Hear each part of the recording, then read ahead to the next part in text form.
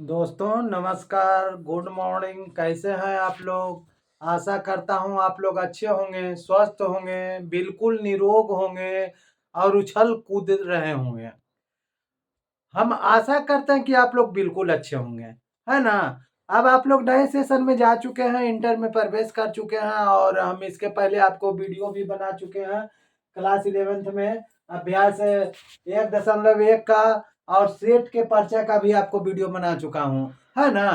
तो उसमें जो आपको बताया जा चुका है, रोस्टर रूप और समुच्च निर्माण रूप, ये सब बता चुके हैं। और नया चैप्टर जो शुरू होता है उसमें नया चीज जानने के लिए आपको मजबूर कर देता है। तो इसमें नया चैप्टर जब जैसे ही 1.1 से 1.2 में आए, तो 1.1 में हमने आपको रोस्टर रूप और समुच्च निर्माण रूप का आपको बतलाए थे बनाने के लिए, रूप बनाने के लिए, है ना?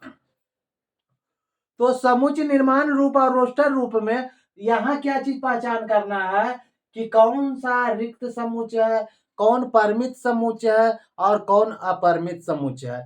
इस चैप्टर में जानकारी यही चीज लेना है। और इसमें परिमित रूप, अपरिमित रूप और रिक्त समुच्च, इसका जानकारी आप लोग को चलिए हम देते हैं ये आपको 1.2 में। तो सबसे पहले इसमें क्वेश्चन पर अब चलिए चलते हैं। इसमें कहता है कि निम्नलिखित में से कौन सा रिक्त समुच्च का उदाहरण है ना? कौन सा रिक्त समुच्च का उदाहरण है? तो रिक्त समुच्च सबसे पहले किसको कहते हैं ये जानेंगे, है ना? तो रिक्त समुच्च का मतलब होता है ए बराबर, रिक्त समुच्च का मतलब होता है उसमें रिक्त हो, खाली हो, जिसमें कोई समुच्च नहीं हो, जिसका कोई अवयव नहीं हो। रिक्त समुच्च का मतलब क्या हुआ? जिसका एक भी अवयव नहीं है वह रिक्त समुच्च कहलाता है। रिक्त समुच्च का अर्थ क्या हुआ? जिसका एक भी अवयव नहीं है, ठीक ना? तो इसमें देख लीजिए, रिक्त समुच्च को क्या चीज से दर्शाते हैं? फाई से दर्शाते हैं। क्या चीज से दर्शाते हैं? फाई से दर्शाते हैं। तो इसमें पूछ रहा है कि 2 से भाज्य विषम प्राकृत संख्याओं का समुच्च क्या रिक्त समुच्च है, हाँ या नहीं? इसमें पूछ रहा है। तो 2 से भाज्य विषम प्राकृतिक संख्याओं का समुच्च, तो विषम प्राकृतिक संख्या किसको कहते हैं? विषम प्राकृत संख्या, विषम प्राकृत संख्या, प्राकृत संख्या किसको कहते हैं? गिनती की सारी संख्या प्राकृत संख्या कहलाती है ना? तो विषम प्राकृत संख्या किसको कहेंगे? जो 2 से पूरा पूरा ना कटे उसको विषम प्राकृतिक संख्या कहेंगे। तो विषम प्राकृतिक संख्या में क्या कह रहा है कि 2 से भाज्य विषम प्राकृतिक संख्या, तो 1 2 1 सॉरी 1 3 5 7 9 11 13 15, ये क्या है? विषम प्राकृतिक संख्या डॉट डॉट डॉट। अब ये क्या कर रहा है? 2 से भाज्य, तो 2 कहाँ आता है? 1 और 3 के बीच में 2 आता है, आता है ना? तो 2 से भाज्य, कोई भी विषम संख्या 2 से भाज्य नहीं होता है। कोई भी विषम संख्या 2 से भाज्य नहीं होता है। इसका मतलब ये क्या होगा? इसके समुच्च में कौन ना रहेंगे? सिर्फ फाई रहेंगे। क्या रहेंगे? फाई रहेंगे। और फाई का मतलब क्या होता है? रिक्त समुच्च। फाई का मतलब क्या होता है? रिक्त समुच्च, है ना? तो ये क्या कह रहा है कि 2 से भाज्य विषम प्राकृतिक संख्याओं का समुच्च क्या रिक्त समुच्च है? तो रिक्त समुच्च का उदाहरण है। तो क्या जवाब देंगे? हाँ, यह रिक्त समुच्च का उदाहरण है। क्यों उदाहरण है? क्योंकि विषम संख्या 2 से विभाजित नहीं होती है। समझ गया ना? चलिए अब अगला क्वेश्चन देखते हैं। यहां देखिए, अब क्या कह रहा है कि सम अभाज्य संख्याओं का समुच्च। अभाज्य संख्या किसको कहते हैं? जो 2 और अपने आप से कटे, है ना? जो 2 और अपने आप से कटे उसको क्या बोलते हैं? साहब, अभाज्य संख्या। अभाज्य संख्या का क्या पहचान है? कि जो 2 और अपने आप से एक और अपने आप से कटे। तो अभाज्य संख्या का शुरुआत 2 3 5 7 11 13 से करते हैं, 17 19 इस तरह से बढ़ते चला जाता है ना जी। तो इसमें कहता है कि सम अभाज्य संख्याओं का समुच्च कौन है? तो सम अभाज्य संख्या इसमें एक है। सम अभाज्य संख्या कौन है? 2 है। कौन है? 2 है। तो इसको इस तरह से लिखेंगे, है ना? अब क्या पूछ रहा है? सम अभाज्य संख्याओं का समुच्च क्या रिक्त समुच्च का उदाहरण है? तो रिक्त समुच्च के उदाहरण के लिए क्या आपको बताए थे कि उसमें एक भी अवयव नहीं हो, उसमें एक भी अवयव नहीं हो। इसमें है ना अवयव जी, दो, एक ही अवयव है, 2 है, बट इसमें अवयव है। और जब इसमें अवयव है तो ये आपका रिक्त समुच्च का उदाहरण नहीं होगा। यानी ये फाई नहीं कहलाएगा और ये रिक्त समुच्चय का उदाहरण नहीं है, रिक्त समुच्चय का उदाहरण नहीं है। ठीक ना। अब तीसरा देखिए क्या कहता है कि x एक प्राकृत संख्या है जो x 8 से छोटी है और साथ ही x जो है 7 तक है। तो यहाँ देख लीजिए x एक प्राकृत संख्या जो 1 2 3 4 5 6 7 है ना। 1 2 3 4 5 6 7 है ना। तो क्या पूछ रहा है कि क्या x एक प्राकृत संख्या है जो 8 से छोटा है और साथ ही x से बड़ा है। तो x जो है 8 से छोटा है और x जो है क्या है 8 से बड़ा है ना। तो इसमें देखिए, सॉरी यहाँ क्वेश्चन गलत है, यहाँ थोड़ा सा ध्यान दीजिएगा, यहाँ गलती से लिखा गया 5, ठीक ना। यहाँ 5 है। ये आप देखिए क्या कह रहा है कि x एक प्राकृत संख्या है जो 5 से छोटा है। तो 5 से छोटा कौन हो जाएगा, 5 से छोटा हो जाएगा 4 4 3 2 1। और क्या कह रहा है कि x जो है 8 से बड़ा है। x ये क्या है, ये x है, ये x मान के चलिए, और 7 से बड़ा है, 7 से 7 से क्या है बड़ा है। तो ये बीच में कौन आ रहा है, 6 आ रहा है, और इधर 7 8 9 10 11 बढ़ रहा है। तो बताइए कि इसका कोई भी अवयव इसमें है, नहीं है। ये 1 2 3 4 5 इससे बड़ा है और ये 7 8 9 भाग रहा है। तो इसमें कोई भी अवयव नहीं होगा। ये कोई भी आदमी देखेगा तो क्या बोलेगा कि x जो है 5 से बड़ा है और इसमें कह रहा है x जो है 7 से बड़ा। तो इसमें कोई सवाल नहीं है कि ये कोई संख्या मिलेगा। 1 2 3 4 इसमें 7 8 9 ये बढ़ रहा है और ये घट रहा है। तो इसका मतलब क्या हुआ कि इसमें फाई हो जाएगा, इसमें एक भी समुच्चय नहीं आएगा। और क्या आएगा, फाई आएगा। क्या आएगा, फाई आएगा। तो फाई जब आएगा तो x एक प्राकृत संख्या है और इसका फाई आएगा तो ये क्या कहता है, रिक्त समुच्चय का उदाहरण है। तो हाँ है ना। अब क्या कह रहा है, बाई बाई किन्हीं दो समानांतर रेखाओं पर उपनिष्ठ है। देखिए दो समानांतर रेखा, समान खींची हुई रेखा को क्या कहते हैं, समानांतर रेखा। और दो रेखा है जो उभयनिष्ठ बिंदु पर मिलती है। उभयनिष्ठ मतलब काटना चाहिए, कहीं कहीं भी दोनों बिंदु को काटना चाहिए। उभयनिष्ठ मतलब दोनों में जो समान जहां वृत्ति होती है, जहां मिलान होता है। तो ये दोनों संख्या कहीं भी मिलने वाला है, नहीं है, नहीं है। ये संख्या है कहीं मिलने वाला जी, नहीं। तो ये क्या हो जाएगा, ये रिक्त समुच्चय हो जाएगा। ये क्या हो जाएगा, रिक्त समुच्चय हो जाएगा। समझ गए ना। तो इसमें पता चल गया ना कि कौन सा रिक्त समुच्चय है और कौन नहीं है। पहला क्या है, पहला आपका क्या है, रिक्त समुच्चय है। दूसरा रिक्त समुच्चय नहीं है। तीसरा रिक्त समुच्चय है। चौथा रिक्त समुच्चय है। और पांचवा भी क्या है, रिक्त समुच्चय है ना। चलिए अब आगे बढ़ते हैं। अब देखिए यहां बताते हैं क्या क्वेश्चन कह रहा है, निम्नलिखित समुच्चयों में से कौन परिमित है और कौन अपरिमित है। तो सबसे पहले आप जानेंगे कि परिमित समुच्चय किसको कहते हैं और अपरिमित समुच्चय किसको कहते हैं। तो परिमित समुच्चय का मतलब हुआ जिसका अवयव निश्चित हो, उसे गिना जा सके, उसके अवयवों को गिना जा सके, उसको क्या बोलते हैं, परिमित समुच्चय। और अपरिमित समुच्चय का मतलब हुआ कि जिसके अवयवों को गिना ना जा सके, जिसका असंख्य क्या हो, असंख्य अवयव हो, जिसका क्या हो, असंख्य अवयव हो। तो कहने का मतलब जो सीमित है, जो सीमित है वो सीमित समुच्चय कहलाएगा, और जो असीमित है वो अपरिमित समुच्चय कहलाएगा। जो सीमित है वो सीमित समुच्चय कहलाएगा, जो अपरिमित है अपरिमित समुच्चय कहलाएगा। सीमित समुच्चय में उसके अवयवों को गिन सकते हैं, अपरिमित समुच्चय में उसके अवयवों को नहीं गिन सकते हैं। तो अब आप जान गए होंगे कि परिमित अपरिमित में क्या थी है। अब हम चलिए यहां से देखते हैं वर्ष का महीना का समुच्चय। पहला क्या है, वर्ष के महीना का समुच्चय। तो वर्ष का महीना कौन कौन होता है, जनवरी होता है, फरवरी होता है, मार्च होता है, अप्रैल होता है, मई होता है, जून होता है, जुलाई होता है जी, अगस्त होता है जी, सितंबर होता है, अक्टूबर होता है, नवंबर होता है और दिसंबर होता है। ठीक। तो ये महीना का नाम लिख लिए। अब इसको हम गिन भी सकते हैं, क्या कर सकते हैं, गिन भी सकते हैं। अगर हम गिनते हैं तो 1 2 3 4 5 6 7 8 9 10 11 12, 1 जनवरी फरवरी मार्च अप्रैल मई जून जुलाई अगस्त सितंबर अक्टूबर नवंबर दिसंबर। यहां से फिर गिनती की 1 2 3 4 5 6 7 8 9 10 11 12। तो 12 महीना, क्या वर्ष के कितने महीना का समुच्चय क्या हुआ? अब यहाँ आप ही बताइए क्या हुआ, हम नहीं बताएंगे। इसका क्या परिभाषा बतलाते, जिसको गिन सकते हैं और जो निश्चित हो। तो यहाँ 12 महीना गिन भी सकते हैं कि 12 महीना, और ये निश्चित है कि होगा तो जनवरी फरवरी मार्च अप्रैल मई जून जुलाई अगस्त सितंबर अक्टूबर नवंबर दिसंबर ही होगा, दूसरा कोई नहीं होगा। तो उसको गिनती भी कर सकते हैं और वह निश्चित भी है। और जो निश्चित है, जो सीमित है, वह क्या होगा, परिमित समुच्चय होगा। क्या होगा, परिमित समुच्चय। तो वर्ष का महीना का समुच्चय क्या हुआ, परिमित समुच्चय है। क्या है, परिमित समुच्चय। ये क्या है जी, परिमित।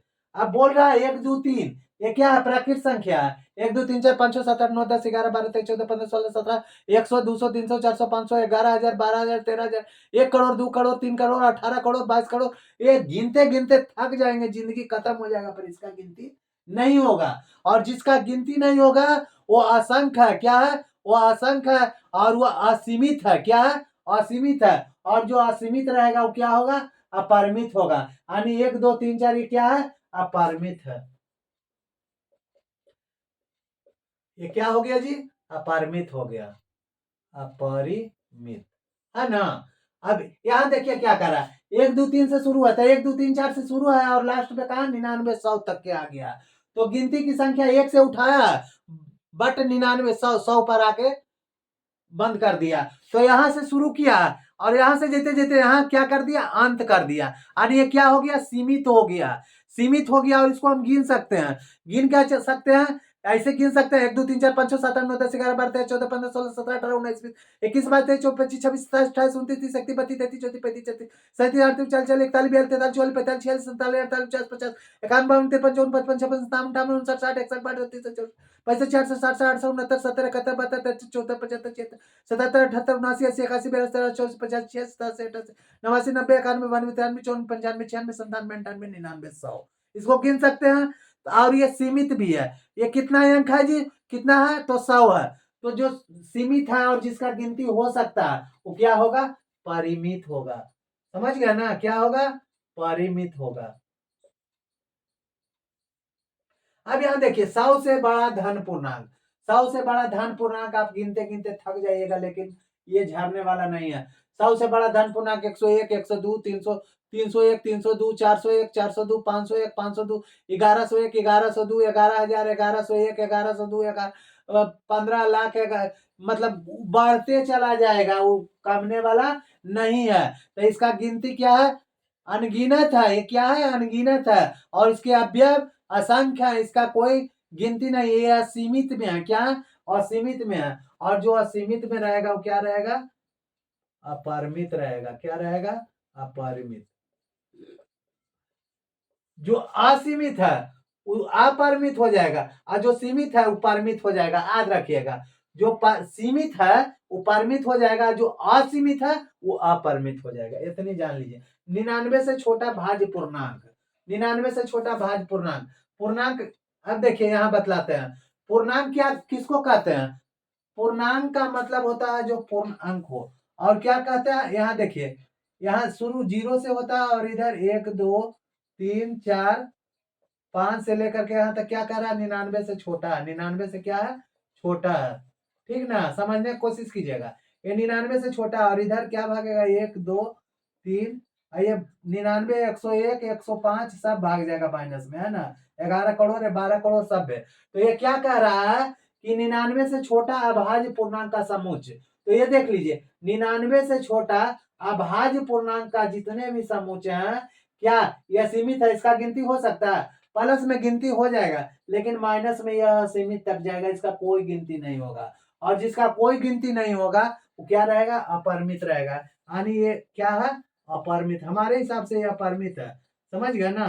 बट एक चीज आपको बता देते हैं, बट कोई अगर आदमी कहते हैं कि इसमें प्लस ही अभाज्य पूर्णांक हम लेंगे, तो प्लस लेंगे, तो आप प्लस लेने वाले क्या कर सकते हैं, उसका गिनती 1 से शुरू हो जाएगा और 99 तक के हो सकता है। बट इसमें क्या चीज है, माइनस तक अगर हम लेते हैं तो वह संख्या असीमित हो जाएगा। क्या हो जाएगा, असीमित हो जाएगा।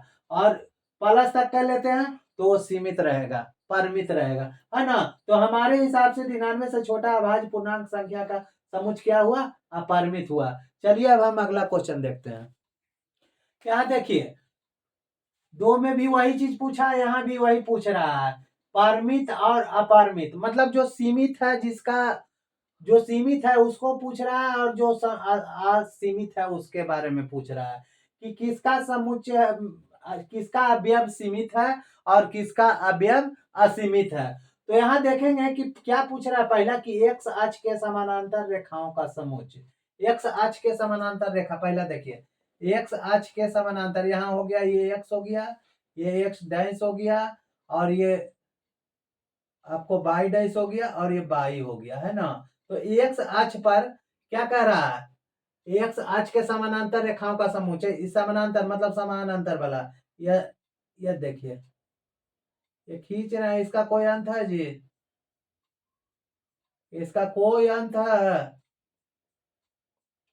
ये अनंत तक जितना लंबा खींचाएगा उतना तक जा सकता है। खींचते खींचते थक जाइएगा, लेकिन ये पूरा होने वाला नहीं है। और जो पूरा होने वाला नहीं है वो असीमित कहलाएगा। तो ये आपका एक्स अक्ष के समानांतर जो भी समुच्चय है, इसमें देख रहे हैं, इसका गिनती असीमित तक जाएगा। जितना आगे तक जाएगा, जितना रेखा खिंचा सकता है, ये अनंत रेखा खिंचाएगा। क्या होगा, अनंत रेखा खिंचाएगा। और जिसका अनंत रेखा खिंचाएगा वो क्या चीज आपको हो जाएगा, अपरिमित हो जाएगा। क्या हो जाएगा, अपरिमित। अब दूसरा देखिए यहाँ क्या है, अंग्रेजी वर्णमाला के अक्षरों का समुच्चय। तो अंग्रेजी वर्णमाला के अक्षर, अंग्रेजी वर्णमाला के अक्षरों का समुच्चय। तो अंग्रेजी वर्णमाला में कितने अक्षर हैं, 26 अक्षर, ये आप जानते होंगे। अंग्रेजी वर्णमाला में कितने अक्षर हैं, 26 अक्षर हैं। कौन कौन है, तो A B C D F G H I J K L M N O P Q R S T U V W X Y Z. ठीक, ये आपका जितने भी अक्षर हैं वो आपको सीमित है। ये टोटल 26 अक्षर है और सीमित है। दूसरा इसमें अक्षर होगा भी नहीं, और जहां भी जाएगा जहां यही अक्षर रहेगा। तो क्या बताए थे, जिसका अवयव सीमित हो और जिसका गिनती हो वो परिमित कहलाता है। क्या कहलाता है, परिमित। यानी अंग्रेजी वर्णमाला में अक्षरों का समुच्चय क्या हुआ, परिमित हुआ। क्या हुआ, परिमित। समझ गए ना। अब देखिए, उन संख्याओं का समुच्चय जो 5 के गुणज है। तीसरा में आ जाइए, दूसरा हुआ, तीसरा में आ जाइए।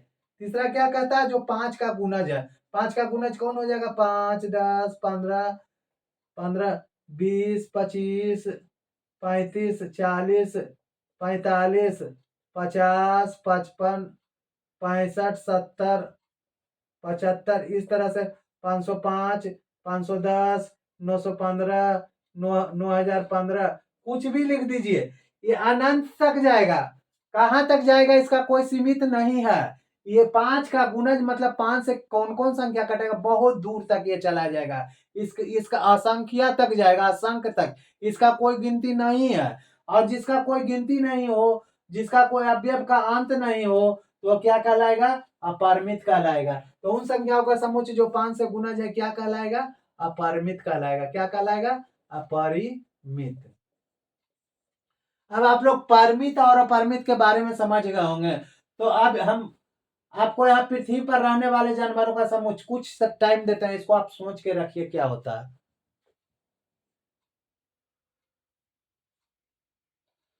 चलिए, सोच लिए होंगे, कोई बड़ी बात नहीं है। अब देखिए, बहुत ही रहस्यमय ये क्वेश्चन है। इसको में बहुत बहुत सा लोग कंफ्यूज हो जाएगा। क्या चीज कंफ्यूज हो जाएगा, कि पृथ्वी पर रहने वाले जानवरों का समुच्चय। तो पृथ्वी पर रहने वाले जानवरों का समुच्चय का जहां तक की सवाल है, तो पृथ्वी पर जानवरों का समुच्चय तो निश्चित जरूर भगवान बनाया है कि आपको इतना, ये हम जानते हैं कि जितना जानवर हमने देखा उससे कई एक गुना जानवर हमने नहीं देखा, ये बात तय है। बट ये तो फिक्स है कि पृथ्वी पर जितना भी जानवर भगवान ने बनाया है वो जानते हैं कि इतना जानवर को हमने बनाया है, उसका गिनती हो सकता है, उसका निश्चित एक पॉइंट है, उसका निश्चित अवेलेबल है। संसार में जितने भी जानवर हैं सबको गिना जा सकता है और सबको क्या कर नाम दिया हुआ, बिना नाम का कोई नहीं है, सबके पास नाम है और सबको गिन सकते हैं आप। तो उन पृथ्वी पर रहने वाले जानवरों का जो समूच हो जाएगा वो अपरिमित नहीं होके परिमित होगा। क्या होगा? परिमित। परिमित इसलिए होगा कि आपको हम एक उदाहरण देते हैं। ये पृथ्वी पर जानवरों का समुच्चय, जानवर तो भगवान ने बनाया है, ऐसा हम लोग का मानना है। ऐसे कुछ भी हो, साइंटिस्ट कुछ भी कहे, बट हम लोग का मानना यही है कि जानवर को भगवान ने बनाया। पर एक मैं आपको उदाहरण देता हूं कि अगर कहे कि प्रेमचंद द्वारा लिखित उपन्यास परिमित है कि अपरिमित है, तब उस परिस्थिति में आप क्या जवाब दीजिएगा? क्या प्रेमचंद जितना भी उपन्यास लिखे हैं वो उपन्यास उन्हीं के लेखक कौन कहलाएगा? वही कहलाएंगे ना जो उनको लिखे हैं। तो प्रेमचंद द्वारा लिखित उपन्यास जब परिमित हो सकता है तो जानवर जो बनाए, मान लिया जाए भगवान ने जानवरों की रचना की है तो वो तो फिक्स किए होंगे ना कि जानवर हमारा इतना जानवर है संसार में, हमने इतने जानवरों को नामकरण किया है और इतना जानवर को पृथ्वी पर बनाया है। तो वो एक तरह से क्या हुआ? परिमित हुआ, वो सीमित हुआ। क्या हुआ? सीमित हुआ। और वो उसका संख्या भी गिनती में जा सकता है। तो ये क्या हुआ? परिमित हुआ। अब यहाँ देखिए मूल बिंदु जीरो, मूल बिंदु जीरो ओ से होकर, मूल बिंदु ओ, अब यहाँ देखिए इसमें ए अच्छा है, ओ अच्छा है, और जीरो से होकर जाने वाले वृत्तों का समूह। तो देखिए वृत्त कितना होगा? ये एक हो गया, ये दो हो गया, तीन हो गया, ये देखते जाइएगा कितना वृत्त होगा।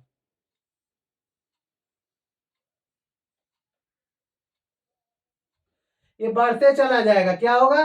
बढ़ते चला जाएगा।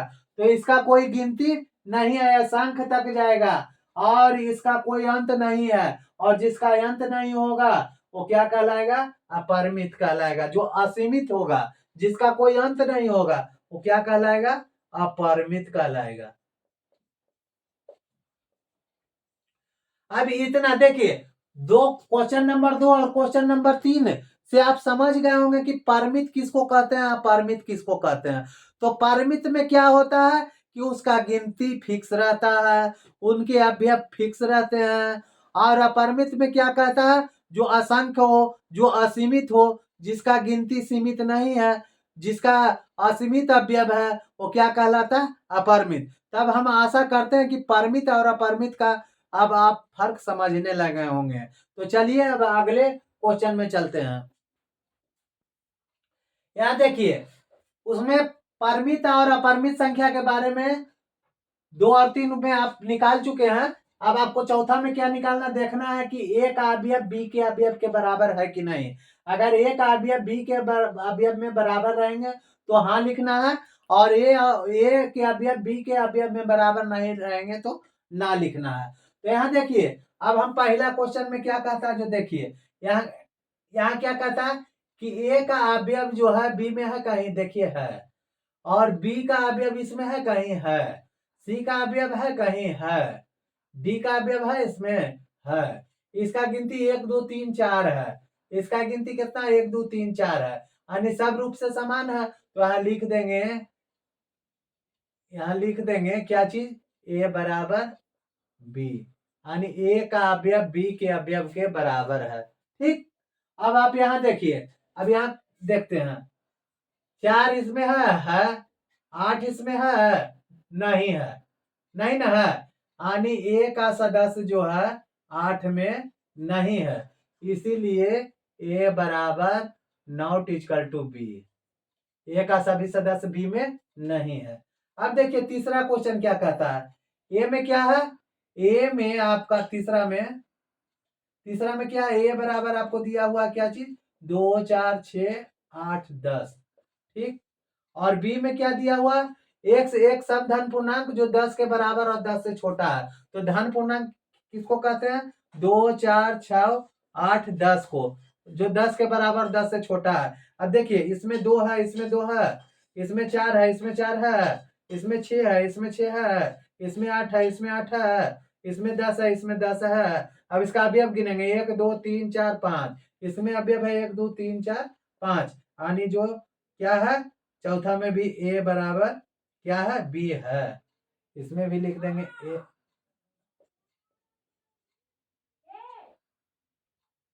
अब यहाँ देखिए, यहाँ जो कह रहा है एक से एक संख्या जो 10 का गुणज है, ठीक ना, तो 10 चौथा में आपका 10 का गुणज क्या कहलाएगा, 10 का 10, 10 दूना 20, 10 तिया 30, 10 चौ 40, 10 पचे 50, इस तरह से बढ़ते चला जाएगा। और इसमें क्या कहता है कि 10 15 20 25 30, यानी 10 15 20 25 30 इस तरह से बढ़ रहा है। तो इसमें अभी आपको देखें 10 इसमें है 15 इसमें है नहीं है, तो यहाँ लिखेंगे कि ए का सदस्य बी में 15 नहीं है, ए का सदस्य बी में नहीं है ना। तो ये क्या हो जाएगा, ए का सदस्य जब बी में नहीं रहेगा तो क्या हो जाएगा, ए बराबर नॉट इक्वल टू बी। समझ गया ना, तो ये आपका हो गया। चलिए अब अगला क्वेश्चन यहाँ देखिए। अब अगला क्वेश्चन क्या कहता है कि क्या निम्नलिखित समुच्चय युग्म समान है, मतलब ए और बी बराबर है, अगर नहीं है तो क्या कारण है ना। तो इसको क्या कैसे देखेंगे कि बराबर है, तो ए बराबर 2 3 दिया हुआ है, ए बराबर क्या है 2 3 है, और समीकरण x square plus 5x plus 6 का हल करना है। तो इसको सोल्व कीजिए, एक्स स्क्वायर 5x। अब यहाँ देखिए इसको सोल्व करने का तरीका आपको मालूम है ना, अगर नहीं मालूम है तो सीख लीजिए। 5x प्लस 6 यही ना है, तो ये दोनों को पहले गुना कीजिए, कितना हो जाएगा 6x स्क्वायर, ये कितना है 5x है, तो इसको तोड़ के जोड़ के 5x होना चाहिए, जोड़ के या घटा के जैसे भी हो 5x होना चाहिए, और वो दोनों पद को गुना करें तो 6x स्क्वायर आ जाएगा। तो यहाँ हम इसको इस तरह से लिखते हैं 3x जोड़ 2x, 3x जोड़ 2x कितना हो गया 5x हो गया ना, और उसके बाद गुना करने पर 6x स्क्वायर आना चाहिए, तो 3 दूना 6 x स्क्वायर आ गया ना दोनों, यानी हमारा गुणनखंड सही है। तो इसको लिख लीजिए कि एक्स स्क्वायर प्लस 3x यहाँ प्लस 2x है ना, प्लस 6 बराबर 0। यहाँ क्या हो गया x, यहाँ देखिए यहाँ कॉमन ले लीजिए, दोनों में कौन कॉमन है, कॉमन दोनों में कौन है x है, क्या है x है, तो क्या हो जाएगा x यहाँ हो जाएगा प्लस 3 हो जाएगा, है ना, प्लस द्वितीय छोड़ 2 इसमें कॉमन है, तो क्या हो जाएगा x प्लस 3 हो जाएगा, है ना, यानी एगो आपका x प्लस 3 आ गया, एगो क्या आ गया आपका x प्लस 2 हो गया, बराबर 0 लिख देंगे। अब यहाँ x प्लस 3 का मान जब निकालेंगे, x प्लस 3 बराबर 0, तो x बराबर -3 हो जाएगा, और इसमें निकालेंगे x प्लस 2 के मान 0, x प्लस 2 बराबर 0, तो x के मान क्या हो जाएगा -2 हो जाएगा, यानी इसका जो पद हो गया कौन कौन हो गया जी, इसका जो पद हो गया आपको -2 और -3 हो गया, -2 और -3 हो गया, ठीक ना। तो अब इसका देखिए, इसका इसमें क्या है 2 है या 3 है, 2 और 3 है, ए बराबर क्या है 2 और 3 है, और बी बराबर क्या है -2 और -3 है ना। तो अब आप खुद ये निर्णय लीजिए क्या दोनों पद बराबर है, ये माइनस में है ये प्लस है, यानी हम लिखेंगे कि ए बराबर नॉट इक्वल टू बी, ए और बी का दोनों पद बराबर नहीं है। अब इसमें देखिए एक से एक शब्द है फॉलो, क्या है फॉलो, तो FOLLO, ये में क्या हो गया एक अंक को दोबारा नहीं लिखना है, एक अंक को एक दोबारा नहीं लिखेंगे, तो दोबारा कौन है इसमें, दोबारा जो है उसको डबल कर दीजिए, है ना, हो गया, तो क्या लिखेंगे FOLW, है ना, ये आपका एगो हो गया। बी में क्या हो गया जी WOLF, अब इसको देखिए मिलाइए तो एफ इसमें है एफ इसमें है, ओ यहाँ है ओ यहाँ है, एल यहाँ है एल यहाँ है, डब्ल्यू यहाँ है डब्ल्यू यहाँ है, तो इसमें पद कितना 1 2 3 4, और इसमें भी पद कितना 1 2 3 4, यानी ये बराबर है क्या है ए बराबर बी, ये युग्म समान है, ठीक ना, ये आपका बन के सोल्व अब इसमें देखिए क्या कर रहा, नीचे दिए हुए समुच्चय, ये सब समुच्चय है ना, में समान समुच्चयों का चयन करना है। तो समान समुच्चयों में क्या करेंगे, मिलावेंगे।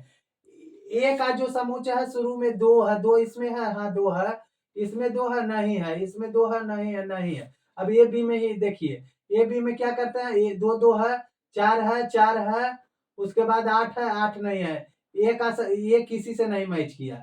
बी में देखिए एक दो तीन चार है, कहीं भी है एक दो तीन चार, एक दो तीन चार नहीं है। सी में देखिए चार आठ बारह चौदह है, तो आठ बारह चार चौदह, यानी ये दोनों मिलता है, सी बराबर डी, सी और डी मिल रहा है। ई में क्या है, माइनस एक है, और कहीं माइनस एक है, यह है,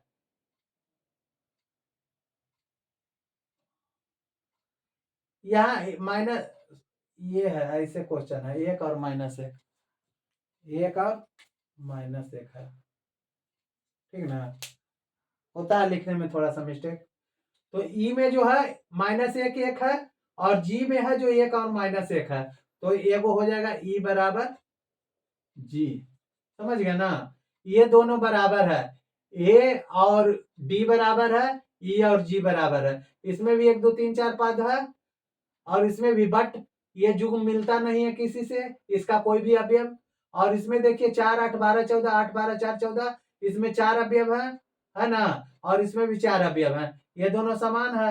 एफ में माइनस एक एक है, और जी में एक माइनस एक है, ये मिलता है जीरो नो, जीरो तो किसी में है ही नहीं तो मिलेगा कैसे, नो किसी में है ही नहीं है तो मिलेगा कैसे, एफ तो फालतू है। तो इसका कहने का मतलब हुआ कि नीचे दिए हुए समुच्चयों में समान समुच्चयों का चयन करना है, तो सी और डी बराबर है, और ई और जी बराबर है। तो अब आप तो समझ ही गए होंगे। आपका एक अभ्यास 1.2 का जो जितना भी था आपका क्वेश्चन, उसको हमने पूरे कॉन्सेप्ट के साथ सोल्व कर दिए हैं, और हम समझ रहे हैं कि आप पूरी तरह से समझ चुके हैं, और पूरा तरह से आप संतुष्ट हैं।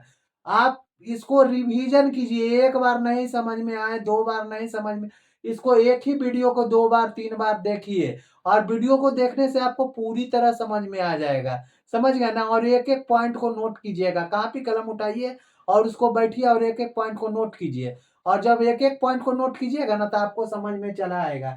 1.2 के डिस्क्रिप्शन में हम जो 1.1 और जो सेट का जो समुच्चय का है आपका जो परिचय दिए हैं, उसका लिंक हम डाल देंगे, आप उसको भी चाहिए तो देख ले सकते हैं। ठीक, थैंक यू सो मच।